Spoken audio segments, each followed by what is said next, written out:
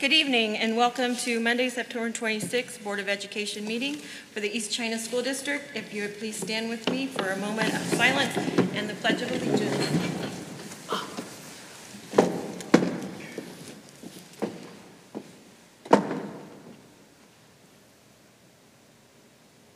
Thank you. I pledge allegiance to the flag of the United States of America and to the republic for which it stands, one nation, under God, indivisible, with liberty and justice for all. Okay, thank you. Items of interest, recognition, and inquiry. Board of Education members, do you have anything? I have one. Okay. I just wanted to give a big shout out to Dave Moreau and St. Clair High for inviting me and Dave Van Bosch. And well, I'd like to also thank Kathy Wojciechowski for inviting us up and working with the work-based students and planting flowers to make St. Clair High a better looking place. So thank you, Dave. I appreciate the invite. So. Anybody else? Mrs. Ibula. I'm all set tonight. Thank you. Okay, moving right along, we'll go into our academic spotlight, Bell River Elementary, with the principal, Robin Smith-Herr.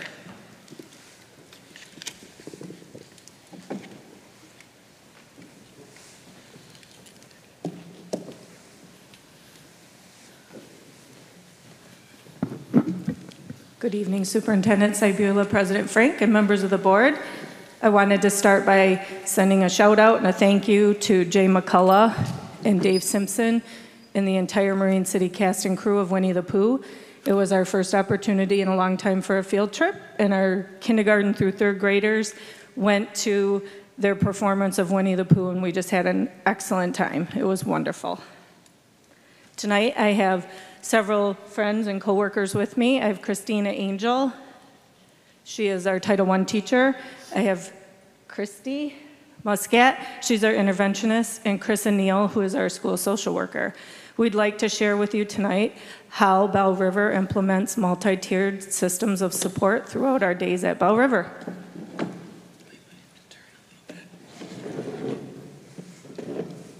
sorry, I'm right back to you. MTSS is a systematic, continuous support framework in which data-based problem-solving decision-making is used to provide targeted support for struggling students. MTSS typically encompasses both academic and behavioral outcomes, and at Bell River, that's no exception. So let's talk about the supports we have in place for academic growth. About 5 years ago, our Title I program shifted from a traditional Title I structure to a grade-level pull-out program based in data-driven formation of small groups, focusing on instruction in the areas of students' greatest needs. Those small groups are taught by myself, the Title I teacher, and our MTSS specialist.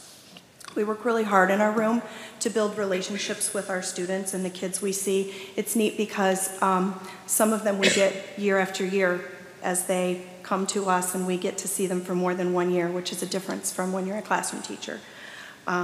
We provide a really safe place for them to come, and a place where they're taught right at their level, so they experience success in what they're doing, which then builds their confidence and makes them willing to take risks that they need to continue that success and build on the pride they feel when they have those aha moments and suddenly it makes sense for them.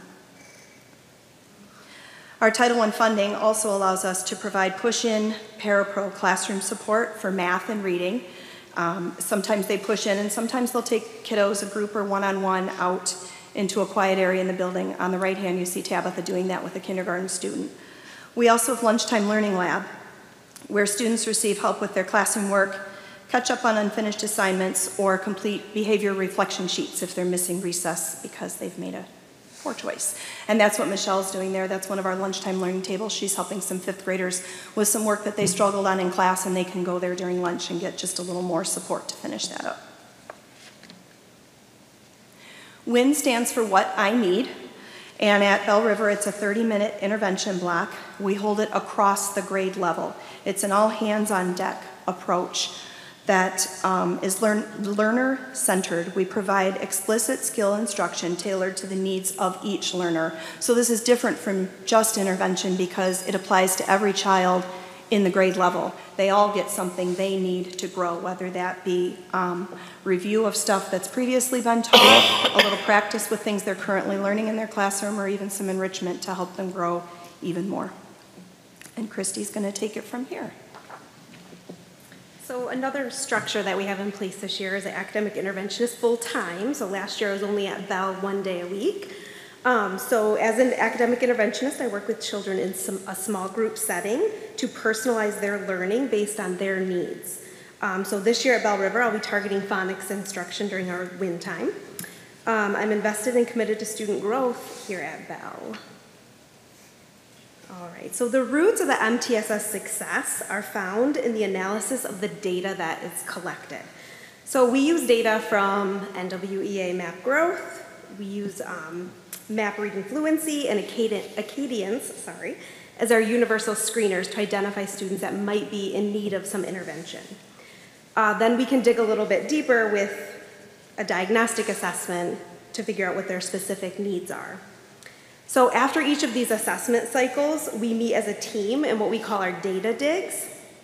This team includes the grade level teachers, myself, the Title I teacher, Christina, our social worker if needed, and our principal, Robin. We work together to identify the students' areas of need. We form our WIN groups, and we determine which students may benefit from some extra interventions or support in the Title I room, or some social emotional supports, which we'll probably do about. All right, social emotional learning supports. School social work. As a school social worker at Bell River Elementary, I wear many different hats depending on the day and the situation. But in this photo in my office is a very important part of my job. I am working with these young men here to gain knowledge, tools, and the skills to be successful in school and in life. This particular day, we are working on managing expectations of control. In other words, what is in our control, what is not in our control, and how we handle all these different situations in a constructive way. Several years ago, Bell River implemented the Calm Classroom curriculum. It is designed to teach and encourage students to practice mindfulness, not only to promote their emotional well-being, but to help them transition from active experiences to calm their bodies and brains for learning. Calm corners and mindfulness boxes are tucked away in every classroom with sensory activities where students can use the strategies they're learning to calm down when they're upset or to help regain focus. In the first picture, the young lady was taking a stressful test and using a squishy ball to help her regulate herself. The middle picture is the one of our mindfulness boxes that contain all different kinds of fidgets and other calm down tools. Our third picture is of a young man that is utilizing a calm down corner in his classroom and is centering himself with the help of a weighted blanket. The blue room is a small private room painted with soothing ocean mural and muted lighting where students can choose sensory activities, gentle music, and other calming strategies. The blue room is a wonderful sensory room that students can visit when they are in need of a little extra love and peacefulness. And the most important part of Bell River, one too much, Super Sailor tickets. Teachers and staff reward positive behavior with Super Sailor tickets. At the end of the week, names are drawn for a pizza gift certificate and a gold coin for our book room vending machine. Now the most important part, Winnie, Bell River's therapy dog. Winnie is a certified therapy dog trained to support students and staff. Winnie greets all the students outside every morning with Mrs. Herr, is the heart and soul of Bell River. She gives her all every day and takes her job very seriously. Yep. All right. Wrap up with a few things. Our classroom teachers, Title I staff, interventionists, and social worker, we all share our students at Bell River. They're ours. They're not that teacher's student, they're all of ours. That's one thing we embrace and we're proud of. Adults are flexible and adapt to frequent changes in student groupings, instructional focus areas, and individual student needs. Our collaborative data digs that we meet once a quarter, they're designed to help grade level teams see where the most needs are. Learning is ongoing. Many staff members are interested and engaged in learning and have voluntarily enrolled in the LETTERS training, which is a 2-year dedication to a program centered around implementing research-based reading instruction. Do we have any questions tonight? Thank you. Thanks. Thank you very much. Thank you for the support you give all those sailors at Bell River. Yes. Okay, the next item on our agenda is our consent agenda. A motion is needed for the approval of minutes from the regular Board of Education meeting on August 22nd, the approval of payment of bills, the financial statement, schedule of investments, and appointment of new teachers. So moved. Support. Any comments or questions? I'll signify by saying aye. Aye. Opposed, same sign. Okay, motion carries. Our next item is our committee reports. And Ms. Beulah will start with our policy committee update, which is also an action item on our agenda later in the meeting. Thank you, President Frank. I am providing the policy committee update. The policy subcommittee met on August 11th and 12th to participate in the Troon Policy Service 2-day manual implementation training. Practice area specialists from Troon reviewed each of these series. On one day, we covered Series 1000, which is the policy overview, mission statement, and definitions. Series 2000, which is the bylaws. And on that day one, we also covered Series 5000, which is students, curriculum, and academic matters. On day two, we covered Series 3000, which is operations, finance, and property, along with 4000, which is district employment, were reviewed. Troon provides an annual update to the policy manual. The switch to Troon is advantageous in that their policies are more concise and are written and vetted by attorneys who will need to defend them. This reduces the time our Troon attorneys would spend looking up the Neola policy, which was the service we used previously, that we had adopted. Neola gave many options in their multiple policy updates each year.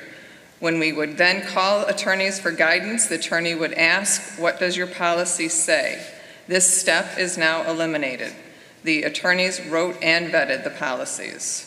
Troon has been working on their policy manual since 2019 and finalized the project in 2009 and finalized the project in 2019. Board Book will be the platform that will house the Troon policies. All of our board agendas and document Board Book will also be housed on the Board Book platform, keeping everything in one centralized location. The cost is in line with what we have paid Neola for their policy service. There are a few areas where the district can choose to adopt an optional policy. For example, in the Series 2000, Policy 2000-104 has an option to have a student representative on the board. For each of these policies that contain an option, the policy committee will bring forth the recommendation to the board. The next policy committee will be meeting again on October 4th to review those optional policies. Thank you. Okay, thank you. The next committee update is the budget. I also will be providing the budget committee update. The budget subcommittee met on September 12th. Discussed during this meeting were the following items. Our enrollment numbers, and at the date of the meeting, East China School District had 217 incoming kindergarten students and 21 Young 5 students for a total of 238. Our opening budget projected 225 incoming students, so this was an increase of 13 students. We also reviewed the sinking fund cost review. The total cost of the election was $55,077.74. We did have to discuss the billed invoices with a few of our municipalities as we felt the costs were too high. Angie Gleason was able to negotiate a reduction in costs from 3 of our voting locations. And in future elections, it has been decided we will be requesting fee schedules prior to our elections. We also discussed the K-3 programming that is in addition to our current staffing of social workers. We discussed the open court reading program, the K-5 implementation and training, the letters training, K-3 that was just mentioned in the Bell River Academic Spotlight, our fall NWEA assessment, 4 interventionists that are now placed at our elementary schools, and the Exact Path program for K-5. Our next budget subcommittee meeting is scheduled for November 9th. Okay, thank you. And the Academic Excellence Committee update with Mrs. Subban. Yep, I get to do this one as well, and nothing better than to complete my updates with academic excellence. Academic Excellence Subcommittee met on August 24th, and during this meeting, we discussed the focus of the committee work, and it will be on the practices that are most impactful to achievement for our students. We reviewed the work of John Hattie and the chart for the top 250 influences of student achievement. And it was decided that collective teacher efficacy had the highest effect size and the greatest potential to considerably accelerate student achievement. Collective teacher efficacy refers to a shared belief that the school staff can have a positive impact on student achievement despite other influences in the students' lives that challenge their success. It was determined that that would be an important component of our committee work, along with the analysis of the nationally normed NWEA data, both the growth and achievement component of the math and reading NWEA. The fall NWEA assessment was administered district-wide during the weeks of September 13th and September 20th. Math was administered on September 13th, and reading was administered on September 20th. And at our next Academic Excellence Committee, we will be reviewing, like I said, both the growth and the achievement scores for that fall assessment. The next Academic Achievement Committee meeting is in the process of being scheduled. Thank you. Thank you. Okay, and then Mrs. Cedar is going to present an update from the St. Clair County Association of School Boards Executive Council meeting that she attended. Yes, the St. Clair County Association of School Boards Executive Council meeting on September 13th was attended by Mrs. Pat Bebuck and myself. They discussed many new programs. First, there are 4 scholarships for students countywide, $1,000 each. The applications are going to go out to the counselors on October 1st and are due back by March 7th, 2023. The second was a story walk in which there are several stations located in a park with pages from a book for children to walk around and read the story as well as get some exercise. And Pat Coughlin and Riley Alley are already interested in doing one of these in St. Clair. A new wing will be added onto the Woodlands facility for a program for emotionally impaired elementary students. We discussed the 31N money for social workers, which are additional funds to help general ed students. The Summer Success Program, which provides counselors to help students transition from high school to college, was a great success this summer. The Tri-Share program at RISA, as well as child care provided by the United Way, were discussed. And finally, there will be an open house on Wednesday, September 28th from 2 to 4 to celebrate the retirement of Dr. Kevin Miller. Thank you. Okay, the next item on our agenda is the Bond 2020 discussion and action item. This is the MC Campus Bid Pack number 2 with recommendation number 3. Mr. Gazelka.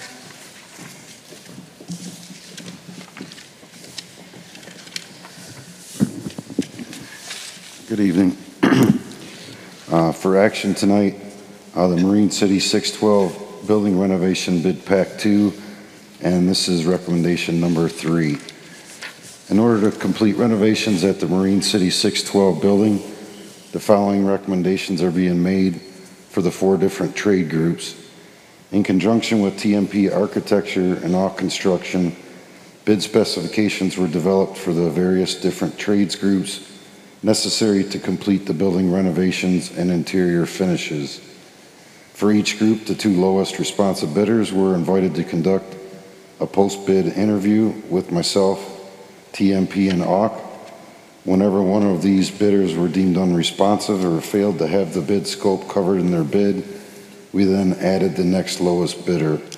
The following recommendation is the final result of the post-bid interviewing process.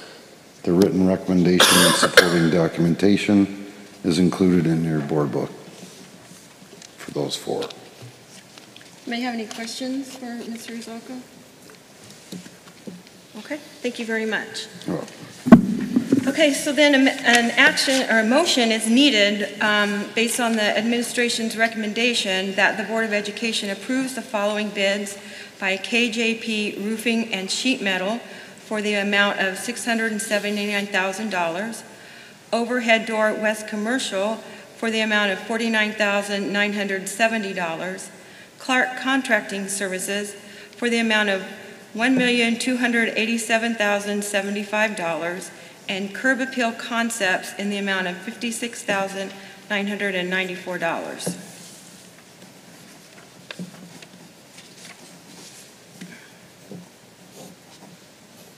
Motion is needed. So moved.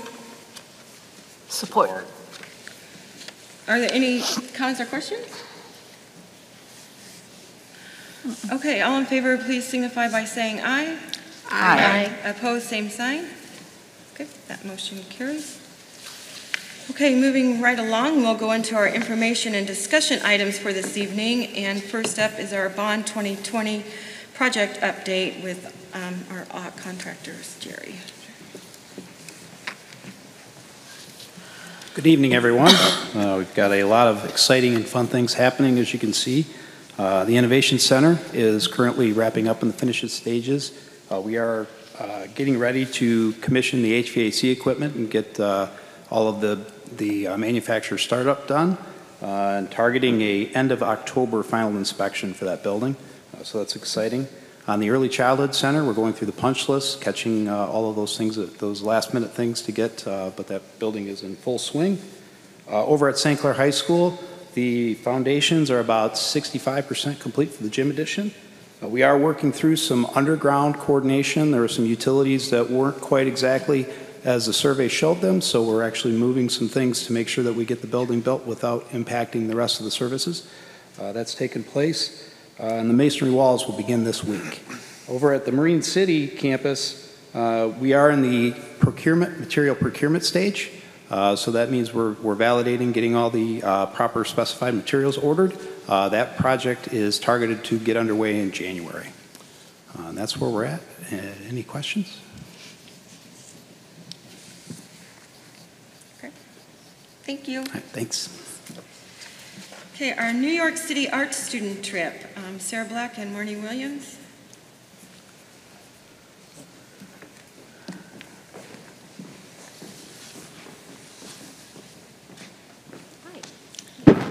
Hi there. Oh, that's loud.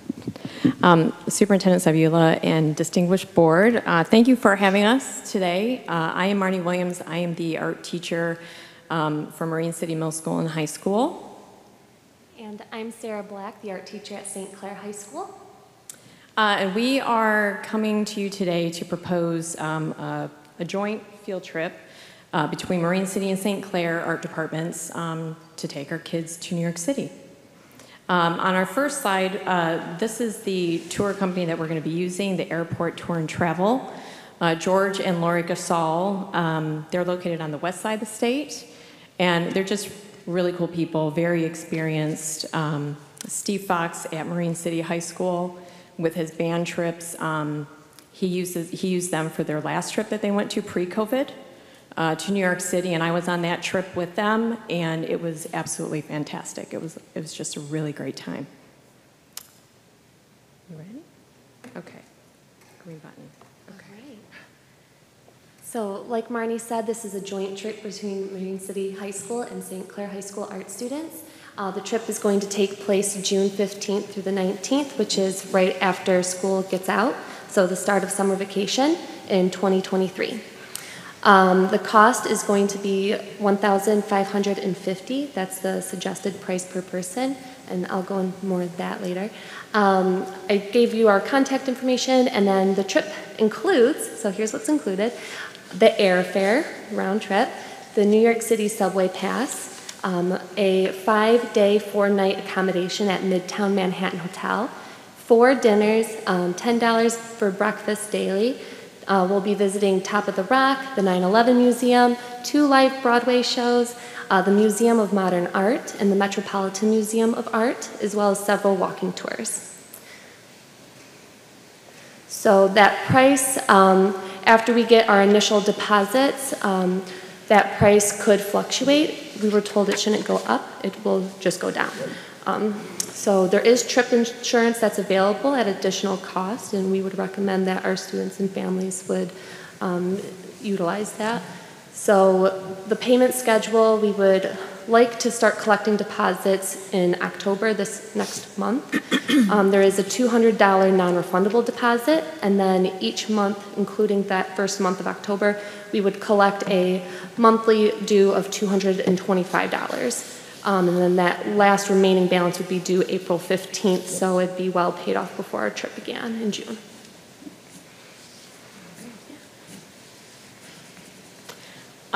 Okay, so here's the daily itinerary. I will not read through everything because it's going to be, George is really, really good in his tour group because he gets us up and we get rolling super early. You can see like at 7:30, which the kids will probably hate us, but we take advantage, you know, they get what they pay for.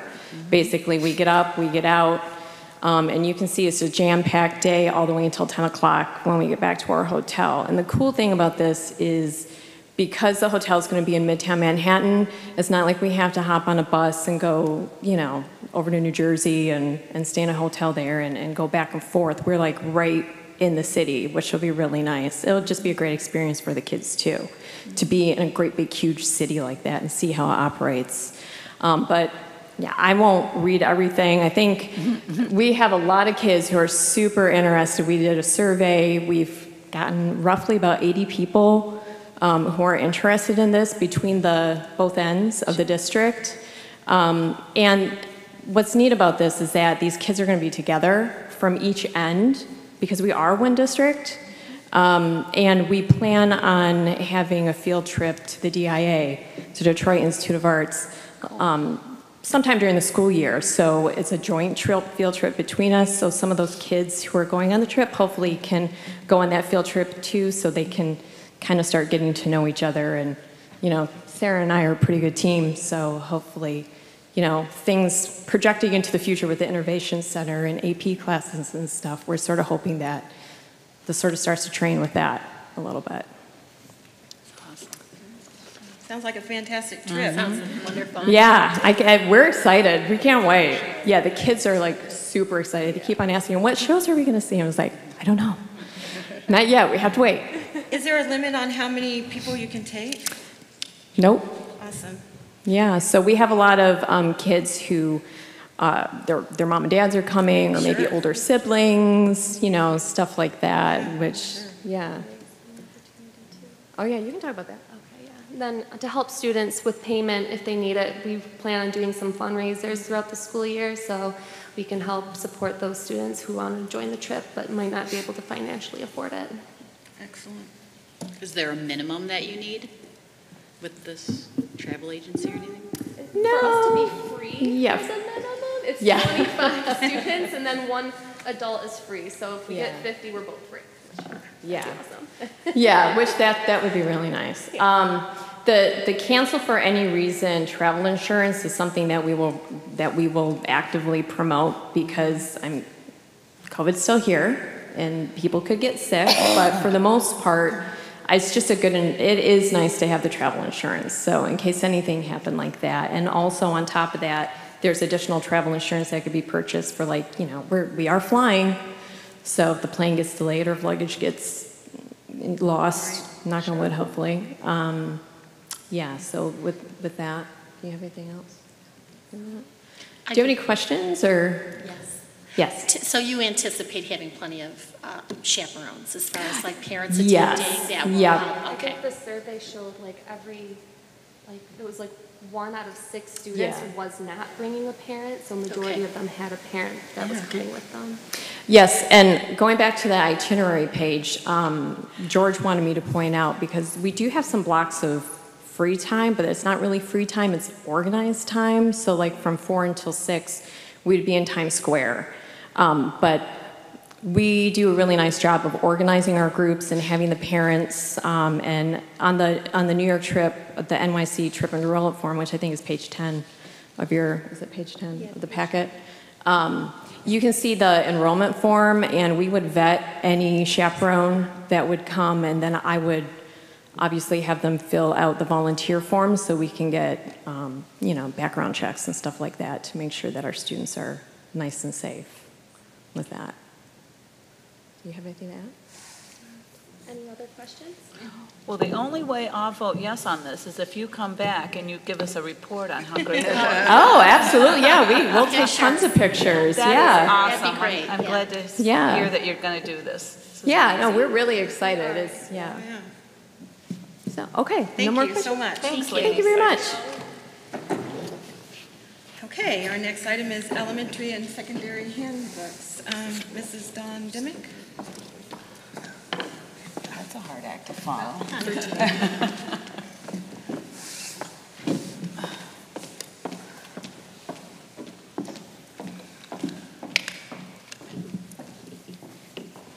Good evening. Mine is not nearly as exciting as New York City, but in your board book, you received the updates to the handbooks for elementary and secondary. Primarily, the updates are reflected on dress code and cell phone policy updates. So it's all redlined and highlighted as to what the changes were from the last document. In addition to the dress code and cell phone updates in the elementary, we are welcoming volunteers and visitors back to our building, so there's additional guidance included in the handbook in regards to that. So tonight is just for discussion. It will be presented for final approval by the board during your October meeting. So if you have any questions, I'll be happy to answer those. Again, the changes were highlighted in your document, so hopefully you received all of those. And I'm just available to answer questions if you should have any. Okay, great. Well, then it'll be scheduled for approval at the next meeting. Thank you. Thank you. Okay, the next item on our agenda is recognition of persons wishing to address the board. This portion of the agenda is for citizens to address any concerns, questions, or comments to the board. The board will listen, take your comments and questions under advisement, but not respond at this time. The questions will be referred to the superintendent for research and response. We have a microphone set up down here. And if you could please limit your comments to 5 minutes. Dustin DeSnyder?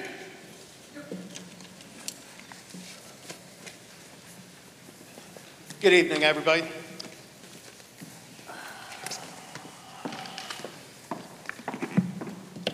Good evening. Staff not having a consistent understanding of district policies as evident through staff questionnaires and response. That's just a snippet of a report that Michigan Department of Education referring to East China School District. This is the current state of special education at East China School District. Violations of IDEA, MARS, and FERPA have all been documented. IEPs are not being read, followed, or even submitted back to the parents. Instead of fixing issues when a student's rights have been violated, East China School District decides to bring in a high-end lawyer on the taxpayer's dime. Special education director stated this lawyer was to protect himself and staff. But what about the student who had his rights trampled upon? Who's left to protect them? It's not East China School District. It's up to our parents to protect our children's rights, but it's tough when all they are met with is refusal to communicate, refusal of mediation, and hostility. What can you do to protect a student with an IEP? There are some free services out there, such as the Parent Advisory Council, the ARC of St. Clair County, Michigan Alliance for Family.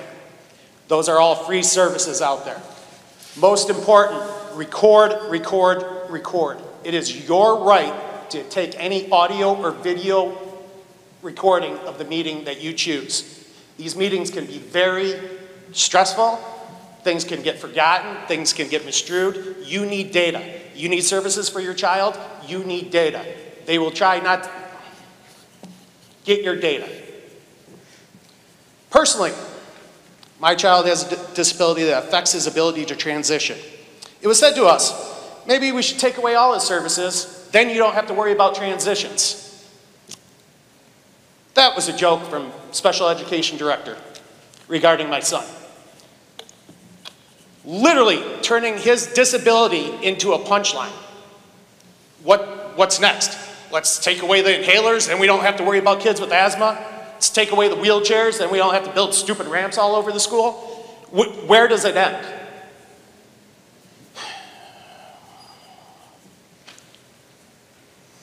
Excuse me for a second, that's my personal child, so I'm a little fired up right now, and I've waited for this time to discuss this. Well, this has also been discussed over the phone with Ms. Superintendent, and she said, she blew us off basically by saying, I will check your notes. Well, Suzanne, this is what your notes should have said. Terry Wedge, that is a disgusting joke. That has no place in East China School District. Do not ever do it again. Then you call and you apologize to that student and his parents for turning a disability into a punchline. That's what your notes should have said, and you should have done something about it. Actually, all of you got an email with it in there, and not one of you did anything about it. It's disgusting.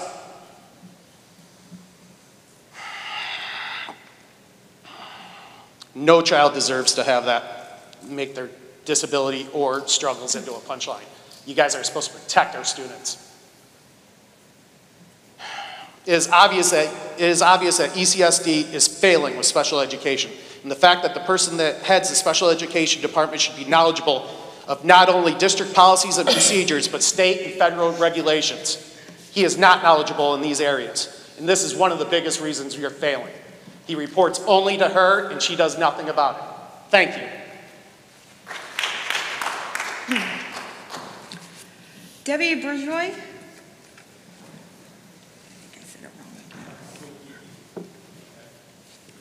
Hi there, I'm Debbie Bourgeois. I'm the program director at River Rec Teen Zone. River Rec Teen Zone is for students from 12 to 18. We offer a safe haven for relaxing, getting help with homework. We even can get you a sandwich and a sandwich to go if you need and want one. We're having, if you have not already visited, please do so. We're located in the old City Hall in downtown Marine City. We're there Monday through Friday from 2:30 to 4:30. Just a little note though, if you come right now, it's a little discombobulated because we're getting ready to have our haunted house. Me and 2 other volunteers are working on setting up the haunted house, which is going to be it starts October 14th, 15th, 21st, 22nd, 28th, and 29th. We are a 501c nonprofit, and this is one of our biggest fundraisers to put on this haunted house. Plus, everybody completely loved it from last year. One thing that we do need, though, is some volunteers, for adult volunteers to help supervise during the haunted house and sell popcorn and sell tickets, that kind of thing. We do have an active casting call for students to be actors in the haunted house right now. If you have any questions, you can, or want to arrange a different time to come visit, you can email me at info@riverrecteenzone.org. Thank you. Thank you. Alan Richley.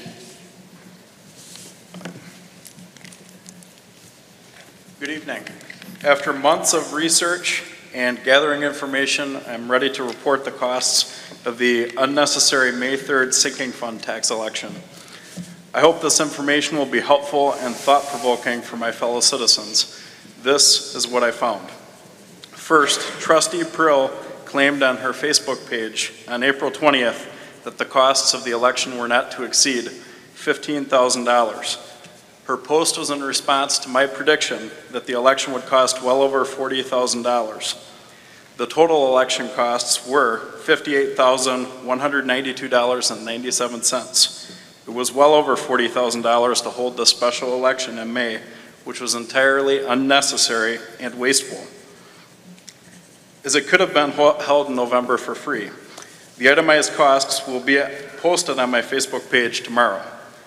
Now, some may say it was necessary to hold the special election due to what district officials claimed was a June or July expiration date of this sinking fund. That is a flat-out lie. The superintendent, her secretary, the president of this board lied, and many others shared this flat-out false information. I have some wise words here to quote the presiding officer of this board. Take a listen. All the Board of Education can ask the public is to please get the facts, the truth. For those of you that couldn't hear that, she said, all the Board of Education can ask the public is to please get the facts, the truth. Give me a second, sorry. I could not agree more, and unfortunately, you cannot count on these people to provide you with the facts or the truth. I have here a copy of the district's 2022 L-4029, which I obtained from the St. Clair County Treasurer's Office and was certified by this board at your June 9th meeting.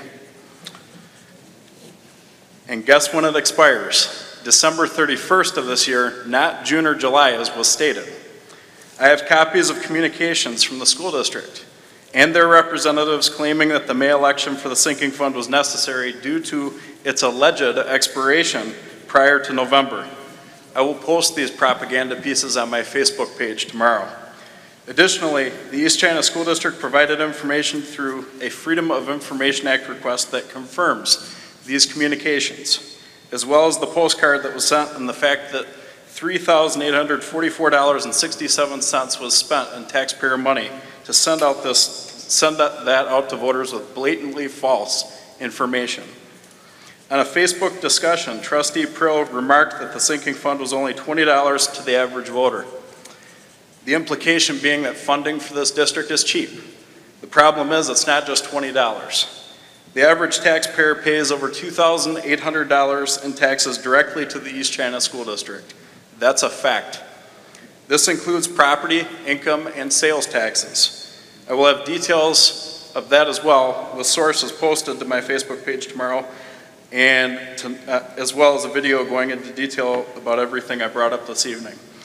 Now, that's all I have to say, but on the issue of the number 9 there of repealing the board policies and replacing them, there was no public discussion of this, and I believe that that needs to happen before any of that happens, so thank you. Lucas Cantrell.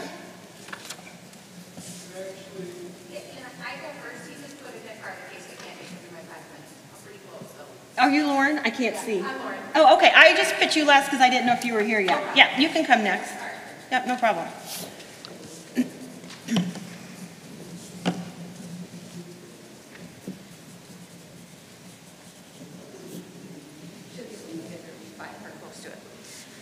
I'd like to start off by reading from 2 books that are in St. Clair High School. First one is Identical by Ellen Hopkins. Kaylee was used to Daddy's visits, but that night she too felt something different in the air. Rage, lust, sorrow, perversion, all mingled in Daddy's sweat. There was nothing gentle about how he threw back the covers. Already naked, he pushed Kaylee roughly to one side, flopped beside her. I could tell she was afraid. This wasn't her daddy, this was a demon, his evil, hard and sharp steel blade ready to slice into her. It did. His attack was brutal, bloody, wordless, except for the vicious shut the fuck up at her pitiful scream and a plea. Please, no, Daddy, no, it hurts. I cowered, sick at the sight, but unable to divorce myself from the horror. I felt Kaylee's pain, and when Daddy was done, she cried. I cried too. I'm your little girl. I'm not your girlfriend. I'm not your whore. I'm not my fucking mother. But he is on top of me, and my shout is silenced. He is inside of me, and my scream stays there too. He is finished, and I don't cry out, but I do cry a bucket of silent tears. He slithers away, and at last I quietly sob, no, no, no. The bad thing about puking regularly is how you come to rely on it. Hungover? Go puke. Feel a bit fat? Go puke. Confused? Go puke. Frightened? Go puke. Entire world falling apart? Hurry up and go puke. All of the above? Puke. Puke, puke, puke. And puke some more. Totally puked out, esophagus, acid etched, I'm ready to face the day. The second book, allegedly a novel by Tiffany Jackson. That nigger's not your boyfriend, Marisol says. He's just using you for pussy. You're not the only bitch he's fucking. Oh, I got a man, and he fucks me right every night. She moans, grinding her chair before giving Keisha a high five. Fuck you, bitch. I ain't no fag. Marisol snaps. Aye, what the fuck are you laughing at, psycho? Bitch, you have a man? Don't you see how that bitch could have anything? I would have to imagine those excerpts made you feel uncomfortable, because I was certainly uncomfortable reading them. Could you imagine being 10 or 13 years old and reading those? Is that really something that you want your daughter to read? Whose job is it to purchase library books for the district? Who allowed these books in our schools? Is there not some sort of review system for your media specialists to review books before purchasing? How can someone possibly purchase books and know their content if they aren't pre-reading them? And if they aren't pre-reading them, then they should be at least reviewing them at the bare minimum. We have rating systems for almost all forms of media. TV shows, movies, music, even apps are given age-appropriate designations, but not books. I know some people like to label this as book banning, but it's not. This is making sure our children don't have access to sexually explicit and wildly inappropriate books in our schools. What people choose to allow their children to read, watch, and do outside of school in the privacy of their homes is none of my business. But it is your responsibility to ensure safe places for our children, and these books are neither safe nor appropriate. These books glorify sex, drug use, and alcohol abuse. They talk explicitly about rape, incest, child abuse and molestation, graphic violence including self-harm, suicidal ideations, profanity, derogatory terms, and other inappropriate behaviors. These are books that our 10-year-old children are going to have access to in the next couple of years. We don't allow these topics in our schools in the way of videos. Why should we allow them in books?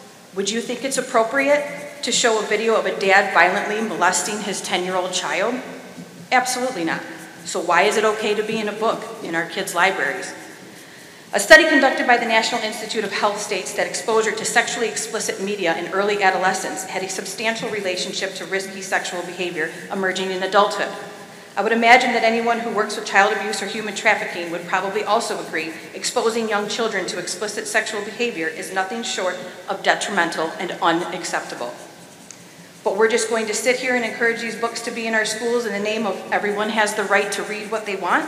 No, actually they don't. Minors don't have that right, and parents have a right to have a say in what their children are being exposed to in school. I am asking that this district appoint someone to review every single book in our libraries. I understand that is an enormous task. I understand what an enormous task this is. I know it won't be easy or a quick process, but unfortunately, the actions of allowing these books in our schools have now put you in this position. I would like to see the district adopt the following policies. 1, create a committee to review all books before being purchased. 2, implement a system where parents can report inappropriate books and submit them for review. 3, put some sort of warning labels on the inappropriate books that you are going to allow to remain in our schools. 4, implement a notification system to alert parents when their children are checking out books that have explicit sexual content and talk about drugs, alcohol, rape, and other dangerous material. I'm almost done. I would also like to know why St. Clair Middle School, Marine City Middle School, Bell River, and Palms catalogs aren't available online. How will East China be ensuring books are appropriate for 10-year-olds when the schools combine, especially when those books aren't appropriate for 13 to 17-year-olds? I have submitted a list to each of you containing the 26 inappropriate books I have found so far just at St. Clair High School. I have spent countless hours going through dozens of book reviews, so I'm well aware of what I'm asking of you. But our children deserve better than what these books offer. I hope this is something you take seriously and handle very quickly. Thank you. Okay, my last card is Lucas Cantrell. Thank you for letting me finish. Of course.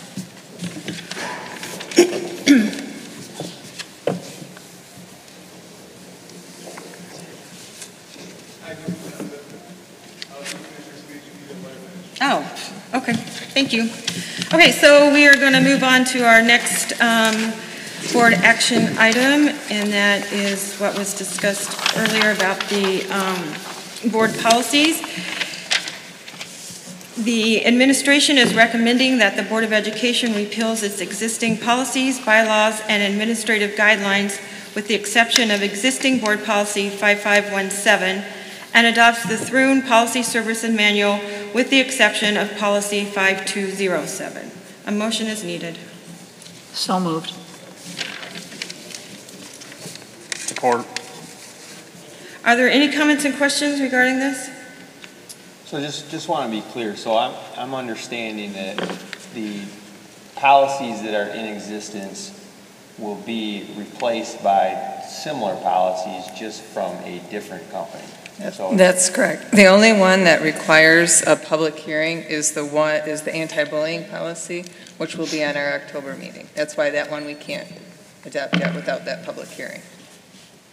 And based on the committee work that you talked about earlier, you gave some reasons related to